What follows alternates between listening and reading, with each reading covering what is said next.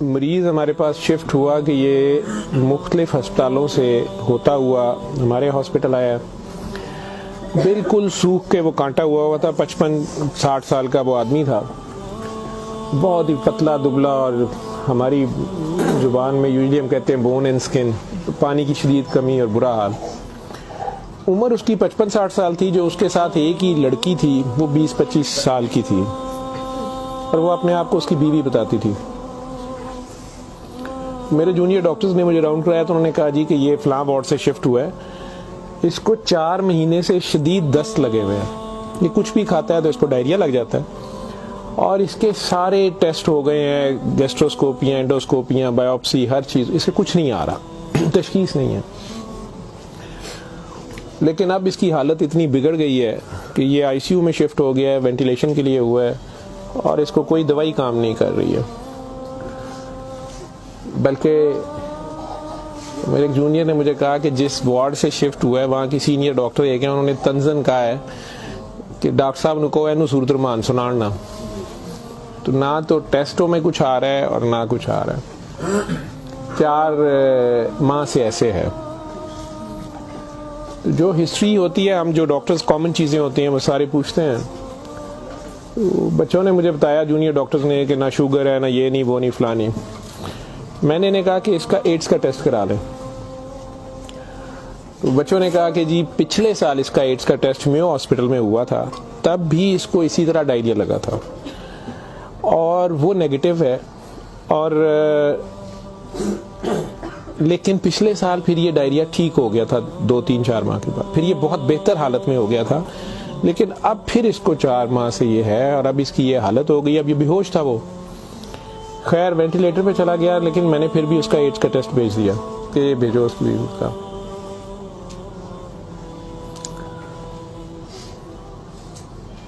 سورہ رحمان ہمارے آئی سی یو میں ویسے ہی لگتی ہے, صبح دوپہر شام, کئی بار مس ہو جائے, دن میں کم از کم ایک بار ضرور لگ جاتی ہے. کوئی نہ کوئی ڈاکٹر نرس ڈیوٹی اپنی سمجھ کے اس کو لگا دیتے ہیں. وہ بھی لگ رہی تھی, سارے پیشنٹس تھے. جہاں تک جتنی میری یادداشت ساتھ دیتی ہے کہ تیسرا دن تھا تو میری جونیئر ڈاکٹر کا مجھے فون آیا, بڑا پینکی. اس نے کہا کہ سر یہ پیشنٹ جو ہے اس کی حالت تو خراب ہی ہے, ویسے ہی ہے, بہتر نہیں ہو رہا یہ والا پیشنٹ, اس پہ اچانک ایک چینج آئی ہے کہ یہ سورہ رحمان جب بھی لگتی ہے, میں نے نوٹ کیا ہے, لیکن نرسز صبح سے بتا رہے تھے, لیکن میں نے یہ نوٹ کیا اب کہ جب بھی لگتی ہے اس کے ناک منہ سے, ویسے اس کے پائپ ڈالا ہوا تھا پھیپھڑے, ہم سانس اس کو مشین, سانس والی مشین سے جو ہے نا وہ اس کے لیے پائپ ڈالا ہوا تھا, ناک میں بھی ایک نالی تھی معدے کے لیے, بے ہوش تھا. اس نے کہا جی اس کے ناک میں سے سنڈیاں ابلنا شروع ہو جاتی ہیں باہر کو, اور نرسز اس کے اوپر ڈیوٹی کرنے سے تنگ ہو رہے ہیں. تو اب سکر ایک مشین ہوتی ہے جس سے ہم مریض کے اندر سے ایک بلغم نکالتے ہیں جو نیگیٹو پریشر سے سک کرتی ہے. سر اس کو ہم سک کرتے ہیں, لیکن یہ نہیں سمجھ آ رہی کہ یہ کہاں سے آ رہے ہیں. میں نے کہا اس کے معدے سے کھینچ کے دیکھیں, انہوں نے کہا جی ادھر سے نہیں آ رہے. میں کہ ان کی سانس والی نالی سے آ رہے ہیں, کہ اس میں سے بھی نہیں آ رہے. لیکن جب سورہ رحمان بند کرتے ہیں یہ ختم ہو جاتے ہیں, یہ باہر نظر نہیں آتے. یہاں ہماری ہڈیوں میں خالی جگہ ہوتی ہے, انہیں ہم سائنس بولتے ہیں ڈاکٹرز. میں نے کہا یار پھر اس کے یہ سائنس سے آ رہے ہیں, اور میڈیکلی ہم اسے میگٹس انہیں کہتے ہیں. ہم شوگر کا مریض بچڑا آخری سٹیج پہ, کئی بار اس کے زخم بہت خراب ہو جائے تو اس میں کیڑے کئی بار پڑ جاتے ہیں اس طرح. لیکن یہ چیز میں نے نہیں سنی تھی, اور نہ ہی اس کی کوئی, نہ وہ شوگر کا مریض تھا نہ کچھ اور تھا. میں نے ڈاکٹر صاحب سے کہا کہ آپ جو ہے نا اس کا یہ تو اب اینٹی بایوٹکس جا رہی ہیں, سارا کچھ جا رہا ہے, ویسے اس کے ایڈز کے ٹیسٹ کا پتہ کریں وہ کب تک آئے گا. تو مجھے لگ رہا ہے کہ اس کی قوت مدافعت کوئی نہیں ہے, اور یہ کیڑے اس طرح پڑ گئے, لیکن اس کے علاوہ کوئی اور رشتہ دار اس کا ہے ہی نہیں ہے, اور وہ کوئی چیز لا بھی نہیں رہی. دوائیاں بھی ہم نے خود اپنے فنڈ سے شروع کر لی ہیں. اس کا کرنا کیا ہے؟ اور مسئلہ یہ ہے کہ جس وقت سورہ رحمان لگتی ہے تو یہ کیڑے اس کے اب تو آنکھوں سے بھی کچھ نکلے ہیں, تو اس کے ناک اور منہ سے ابلنا شروع ہو جاتے ہیں. لیکن جب ہم بند کرتے ہیں تھوڑی دیر بعد وہ منہ میں کہیں نظر نہیں آتے. تو ہمارا یہ خیال تھا کہ سورہ رحمان بند کر دیتے ہیں. اس کی بیوی نے بھی کہا کہ یہ تم لوگ پھر بند کرو, پتہ نہیں کیا تم لوگ لگاتے ہو. تو وہ جو ہماری نان مسلم سسٹر تھیں, انہوں نے اسے کہا کہ میری بات سنو, مجھے نہیں پتا اسے کیا بیماری ہے, لیکن وہ اسے پریئر کہتی تھی. انہوں نے کہا جب یہ پریئر لگتی ہے نا یہ کیڑے اس کو چھوڑ کے بھاگتے ہیں, ٹھیک ہے. تو میں تو کہتی ہوں اس کو 24 گھنٹے یہی سنائی جاؤ. جب میں نے یہ باتیں سنی تو خیر میں نے کہا کہ اس کی بیوی کو کہو کہ وہ رپورٹ کا یا ہمیں رسید دے دیں, ہم خود اپنے طور پہ پتہ کر لیتے ہیں. تو میرے راؤنڈ کرنے کے بعد وہ بندی خود ہی آ گئی میرے پاس. مجھے نہیں پتا تھا کہ وہی سسٹر نے اس کی بٹھا کے کہیں کاؤنسلنگ کی تھی. اسے انہوں نے کہا کہ اس کو ہمیں شک ہے کہ ایڈز نہ ہو, کہ اس کی قوت مدافعت نہیں ہے, اس طرح کیڑے اس کو پڑ گئے ہیں, کچھ ہو گیا, شاید کمزوری سے ہو گیا, بیماری کی کمی سے ہو گیا. تو یہ اس کا ہم پتہ کرنا چاہ رہے ہیں. ادروائز تو جو دوائیاں ہیں وہ وہی رہنی ہے. کچھ طرح کی اس نے بات کی, کہتی کہ وہ ڈر گئی ہے تھوڑی سی, اور وہ کہتی میں نے بڑے ڈاکٹر صاحب سے کوئی بات کرنی ہے. بہرحال اب مجھے جتنا یاد ہے, میں 1 سال بڑی سوچا ہے اس کے اوپر کہ میں اس کو بیان کروں یا نہ کروں لوگوں کے سامنے. اس عورت نے بڑی خوفناک کہانی مجھے سنائی. جب اسے یہ ڈر پڑا نا کہ اس کو ایڈز نہ ہو اور اس کو نہ ایڈز لگ گئی ہو, اب وہ مجھے کہنے لگی کمرے میں آ کے کہ ڈاکٹر صاحب یہ جو میرا میاں ہے نا یہ اصل میں جادوگر ہے. میں نے کہا آپ نے تو پہلے دن لکھوایا کہ یہ رکشہ چلاتا تھا اور رکشہ ڈرائیور ہے. اس نے کہا جی یہ رکشہ ڈرائیور تو ہے لیکن یہ جادوگر ہے, کالا جادو کرتا ہے, لیکن کرتا قرآن سے تھا. مجھے ہنسی آ گئی. میں نے کہا یہ قرآن سے کالا جادو کیسے ہو سکتا ہے. بہرحال ٹو کٹ اٹ شارٹ, اس عورت کی ہمارے وہ ڈاکٹرز نے مجھے, چونکہ وہ ویڈیو میرے پاس وہ صرف پڑی ہے جس میں وہ کیڑے پلیٹ میں ہماری اسے ڈش کہتے ہیں اس میں وہ نکال کے وہ ڈال رہے تھے, تو مجھے انہوں نے بھیجے کہ اس کا کرنا یہ کیا ہے. پہلی رات جب انہوں نے مجھے میسج کیا رات کو واٹس ایپ پہ, تو وہ ویڈیو میرے پاس پڑی ہوئی ہے. اور نے مجھے بتایا جی کہ میں خود کسی کی بیوی تھی, اس کی ماں مجھے بڑا تنگ کرتی تھی اور میں چاہتی تھی کہ یہ میرے انڈر آ جائے. مجھے کسی عورت نے, دوسری نے بتایا, ہمسائی نے بتایا کہ یہ خامن تمہارا غلام ہو جائے گا, تم اس کے پاس چلی جاؤ. باقی تفصیلات میں نہیں جاتا. جو کچھ اس نے مجھے بتایا, اس نے کہا جی کہ یہ اس کا جادو کا توڑ ہی نہیں تھا اور اس کا کام لازمی اس کا ہوتا تھا, یہ جیسے بھی کرتا تھا. طریقہ کار اس نے کیا کہا جی, اس نے کمرے میں اندر ایک گاؤ تکیہ رکھا ہوتا تھا, اس کے اوپر اس نے وہ جس طرح اسمائلی ہوتا ہے, جو مجھے سمجھ آئی کہ اس نے کوئی بت سا بنایا ہوا تھا, اس کمرے یہ بٹھاتا تھا اور وہ لوگوں کو پہلے تو قرآن شریف بھی پتہ نہیں پڑھنے کو کہتا تھا, کچھ کرتا تھا, پھر ان کی بات سنتا تھا, سارا کرا کے جو مجھے اس کا طریقہ واردات سمجھ آیا یا جو بھی تھا. اس نے کہا جی کہ جو غرض مند ہوتا تھا نا, وہ دیوانہ عورتیں بڑی دیوانی ہوتی تھیں, ٹھیک ہے, یا ینگ لڑکے لڑکیاں کہ میری وہاں شادی ہو جائے, وہاں ہو جائے, اولاد ہو جائے, کئی لڑکے آتے تھے. تو جو اس نے سب سے گندی بات مجھے بتائی, بڑی فضول جو اس کی حرکت تھی یا جو بھی, وہ اسلام تو ہو ہی نہیں سکتا. اس نے کہا جی یہ ان عورتوں کو اور اپنے بارے میں اس نے کہا کہ میں نے بھی یہ غلطی کی, میرے سے بھی یہ گناہ ہوا, لیکن مجھے گناہ ثواب کا اتنا نہیں پتا تھا. تو یہ پہلے وہ تکیے کو سجدہ کراتا تھا, خود اس کے پیچھے کھڑا ہو جاتا تھا, پھر وہ کہتا تھا کہ یہ اصل میں تم لوگوں پہ کالا جادو ہوا ہے, اس کو توڑنے کے لیے پتہ نہیں نوری بڑا ضروری ہے, ٹھیک ہے. پھر وہ ہمیں کہتا تھا کہ وضو کر کے آؤ, ٹھیک ہے, وضو کر کے آتے تھے, وہ پتہ نہیں کون سی صورت پر وہ کئی صورتیں مکس کرتا تھا. یہ سب کرتے کراتے 1-2 سیشنوں کے بعد کچھ نہیں لیتا تھا. پھر جو زیادہ لوگ اپنے کام کے پیچھے دیوانے ہوتے تھے, ان کو وہ بتاتا تھا کہ اس میں بڑے پیسے بھی لگیں گے, یہ جان پہ کھیلنا پڑنا ہے, پتہ نہیں کیا کرنا, اور تمہیں بھی میرے ساتھ کرنا پڑے گا, اس میں بڑا کچھ جو ہے نا رسک ہے, لیکن کام تمہارا ہو جائے گا.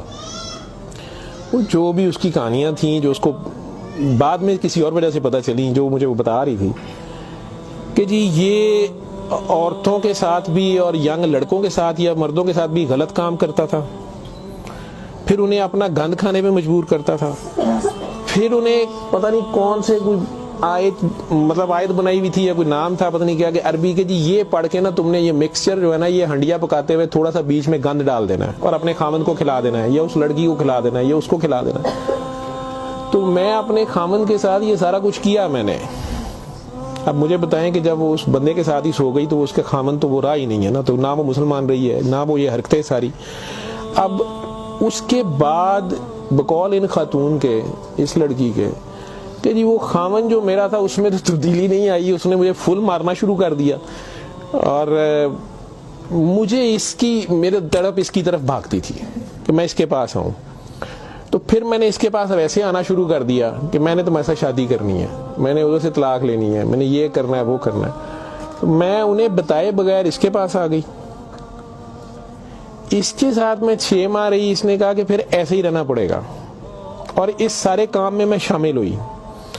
تو اس نے ویسے مجھے کہا کہ نکاح ہو گیا ہے ہمارا, قرآن شریف پہ اس نے نکاح کیا. اس نے کہا ہم دونوں کی رضامندی نکاح ہے, وہ پیچھے سے طلاق لے کے نہیں آئی. ٹھیک ہے. اس کے بعد اس کو یہ ڈائریا لگ گیا. ڈائریا لگنے کے بعد یہ کہتی ہے کہ جی میو اسپتال میں جب ہم تھے 4 مہینے ہمیں ہو گئے اور برا حال تھا اس کا پچھلے سال.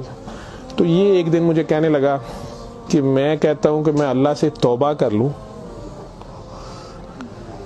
اللہ میری جان بخشی کر دے, تو میں توبہ کروں اور میں نہ اب رکشہ ہی چلا کے اس میں جتنی روٹی روزی ہوگی تو میرے ساتھ گزارا کر لے گی, اور تو بھی واپس چلی جا اپنے خامن کے پاس. ٹھیک. اور ادھر سے جا کے طلاق لے نہ لے, اور یہ نکاح نہیں ہے, اور جو بھی اس نے کہا کہ جی ہم نے توبہ کر لی بقول اس کے جو اس کی سمجھ تھی.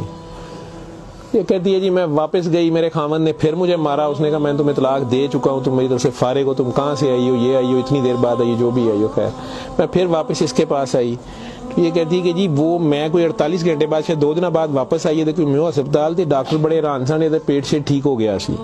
انہوں نے کیا دوائی فلانی مافک آ گئی ہے, فلانی مافک آ گئی ہے. تو یہ اپنے پیروں پہ کھڑا ہو گیا. اگلے کوئی 10-12 دنوں میں انہوں نے چھٹی دے دی. پھر یہ مجھے مسجد ایک میں لے کے گیا, وہاں ہم نے نکاح کیا. ٹھیک ہے. نکاح کیا, یہ رکشہ چلانا شروع ہو گیا. تو ڈاکٹر صاحب 6 مہینے انہیں بڑی محنت کی تھی, رکشہ بھی چلایا, میں بھی کدے سکی گلی کھاندے سا چنگا پلا سی. پر ڈاکٹر صاحب دنیا بڑی ظالم ہے, دی شہرت سی دنیا پیچھے پیندی سی, کہندا سی میں کام چھڈ چھڑیا ہے. ڈاکٹر صاحب ہوں پھر ایک بچی آئی تو بڑی سونی سی, وہ بڑی روندی سی, وہ پتہ نہیں کی مسئلہ سی. ڈاکٹر صاحب نے وہ پھر وہی کام شروع کر لیا. انہیں پھر وہی کام شروع کیتا ہے. میں انہوں پہلے کہندی رہی ہوں, لیکن ڈاکٹر صاحب یہ پیسے بڑے آندے سن.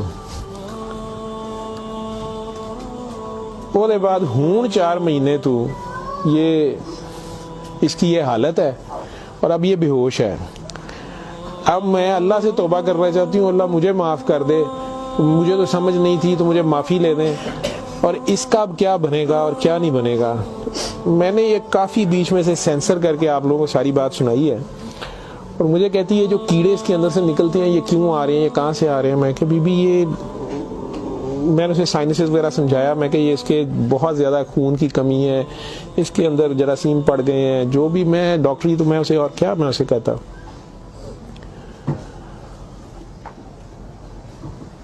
اور اس وقت ساری بات سنا کے تو اس نے وہ رپورٹ اندر سے نکالی, اور مجھے کہتی ہے جی یہ رپورٹ میں تو اس کو HIV کی رپورٹ تھی کہ جی وہ اتنے رپورٹ والے مینوں کہا ہے کہ ڈاکٹر صاحب فوراً جا کے دیو, تو تسی وہ لیبارٹری میں کہیں پوچھتی رہی.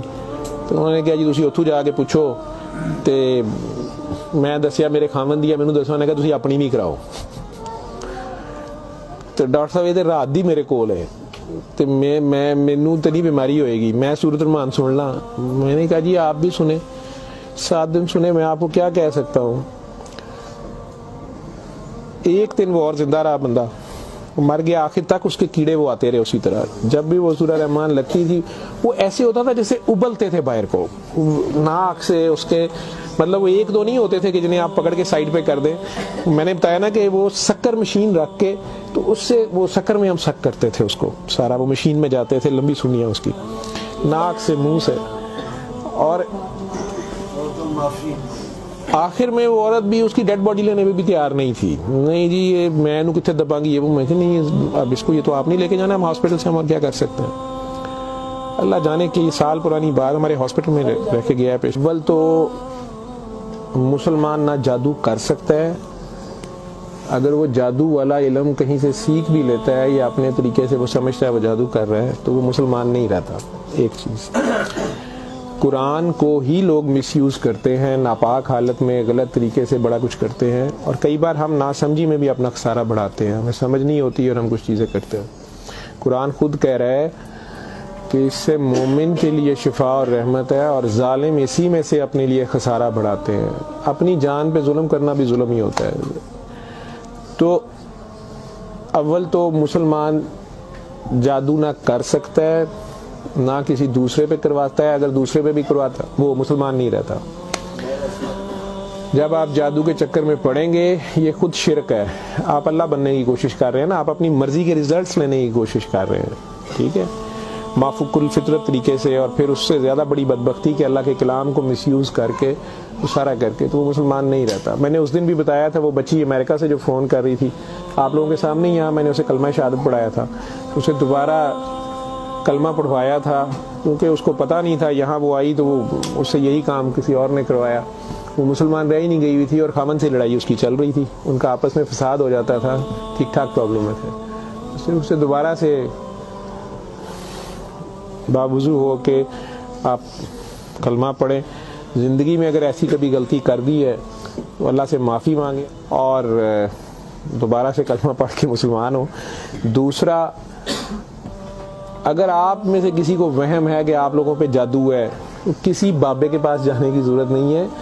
یہ تو فٹافٹ آپ لوگ کہتے ہیں کہ جادو برحق ہے، اور جی جادو نبی کریم صلی اللہ علیہ وسلم پہ بھی ہو گیا تھا۔ نبی کریم صلی اللہ علیہ وسلم نے اس کو کیسے توڑا تھا، انہوں نے کیا طریقہ بتایا ہے؟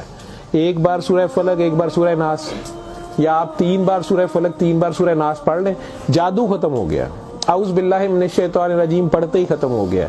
ویسے تو مسلمانوں پہ تو ہوتا ہی نہیں ہے، میں نے سورہ مومنون کی 89 آیت بار بار ریفرنس دیا ہے، میں کسی بحث میں نہیں مذہبی میں پڑھنا چاہتا، اللہ بڑے واضح طریقے سے اس میں بتا رہے ہیں کہ ان سے پوچھو، سورہ مومنون میں 84 سے 89 تک، ان سے پوچھو کہ آسمان اور زمین کا مالک کون ہے، یہ سارا کچھ کس نے بنایا، یہ فوراً کہیں گے اللہ نے۔ ان سے پوچھو تمہاری زندگی اور موت کا ہر چیز کون فانی، کہیں گے اللہ نے۔ ان سے پوچھو پھر تم کہاں سے جادو کر دیے جاتے ہو، جب ہر چیز کا مالک وہ ہے تو پھر یہ جادو تم لوگوں پہ کہاں سے ہو جاتا ہے؟ یہ ہماری اپنی سوچ میں ہوتا ہے۔